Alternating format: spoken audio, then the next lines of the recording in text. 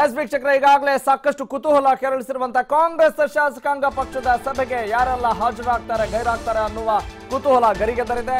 ಪಕ್ಷದ ಸಭೆಗೆ, ಶಾಸಕಾಂಗ ಪಕ್ಷದ ಸಭೆಗೆ ಬಿಸಿ ಪಾಟೀಲ್ ಗೈರಾಗ್ತಾರ ಅನ್ನುವ ಅನುಮಾನ ವ್ಯಕ್ತವಾಗ್ತಾ ಇದೆ.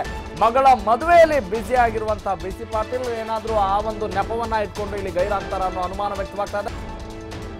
ವೀಕ್ಷಕರೇ, ಒಂದು ಕಡೆ ಕಾಂಗ್ರೆಸ್ ಶಾಸಕ ಬಿಸಿ ಪಾಟೀಲ್ ಅವರ ಮಗಳ ಮದುವೆ, ಹೀಗಾಗಿ ಬಿಸಿ ಪಾಟೀಲ್ ಅವರು ಕಾಂಗ್ರೆಸ್ನ ಶಾಸಕಾಂಗ ಪಕ್ಷದ ಸಭೆಗೆ ಹಾಜರಾಗ್ತಾರಾ ಇಲ್ವಾ ಅನ್ನೋ ಒಂದು ಅನುಮಾನ ವ್ಯಕ್ತವಾಗ್ತಾ ಇದೆ. ಗೈರಾಗಬಹುದು ಅನ್ನೋ ಮಾತುಗಳು ಕೂಡ ಈಗ ವ್ಯಕ್ತವಾಗ್ತಾ ಇದ್ದಾವೆ.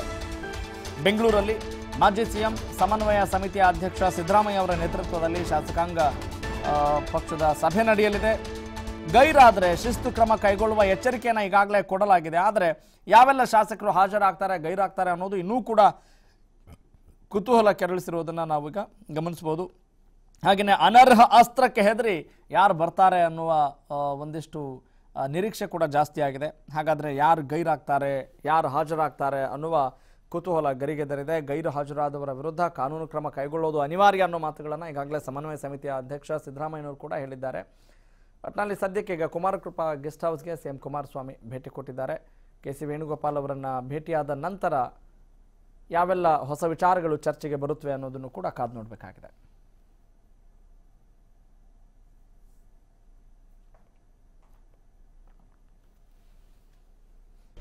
ಏನಿಲ್ಲ, ಕರೆಕ್ಟ್ ನಿನ್ನೆ ರಾತ್ರಿ ಬಂದಿದ್ದಾರೆ.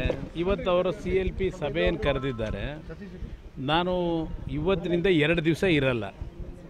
ಈಗಾಗಲೇ ಬೆಳಗ್ಗೆಯಿಂದ ಹಲವಾರು ಕಾರ್ಯಕ್ರಮಗಳನ್ನು ಮುಗಿಸಿದ್ದೇನೆ. ಈಗ ಸಿರಿಧಾನ್ಯದ ಕಾರ್ಯಕ್ರಮ ಮುಗಿಸಿ ಅಲ್ಲಿಂದ ಇದು ನಮ್ಮ ಚುಂಚನಗಿರಿ ಮಠದ ಕಾರ್ಯಕ್ರಮ, ಅಲ್ಲಿಂದ ತುಮಕೂರಿಗೆ ಹೋಗಬೇಕು. ತುಮಕೂರಿಂದ ಬಂದು 2 ಡಿಪಾರ್ಟ್ಮೆಂಟ್ದು ಬಜೆಟ್ರಿ ಮೀಟಿಂಗ್ ಇಟ್ಕೊಂಡಿದ್ದೀನಿ. ಅದು ಮುಗಿಸ್ಕೊಂಡು ಮತ್ತೆ ಕಲ್ಕಟ್ಟಾಗೆ ಓಡಬೇಕು. ಕಲ್ಕಟ್ಟ ಮುಗಿಸ್ಕೊಂಡು ನಾಳೆ ಬಂದು ವಾಪಸ್ಸು ಮತ್ತೆ ನನ್ನ ಮಗಂದೊಂದು ಕಾರ್ಯಕ್ರಮ, ನಂದು ವೈಯಕ್ತಿಕ ಕಾರ್ಯಕ್ರಮ ಮೈಸೂರಿನಲ್ಲಿ. ಅದರಿಂದ 2 ದಿವಸ ನಾನು ಮತ್ತೆ ವೇಣುಗೋಪಾಲ್ ಅವ್ರನ್ನ ಭೇಟಿ ಮಾಡಲಿಕ್ಕೆ ಆಗ್ತಿಲ್ಲ. ಅದಕ್ಕೆ ಅವ್ರನ್ನ ಒಂದು ಕರ್ಟಸಿ ಕಾಲ್ ಭೇಟಿ ಮಾಡಲಿಕ್ಕೆ ಅವ್ರ ಆಪರೇಷನ್ ಕಮಲ ಅವ್ರು ಮುಂದುವರಿಸ್ತಾ ಇರ್ತಾರೆ.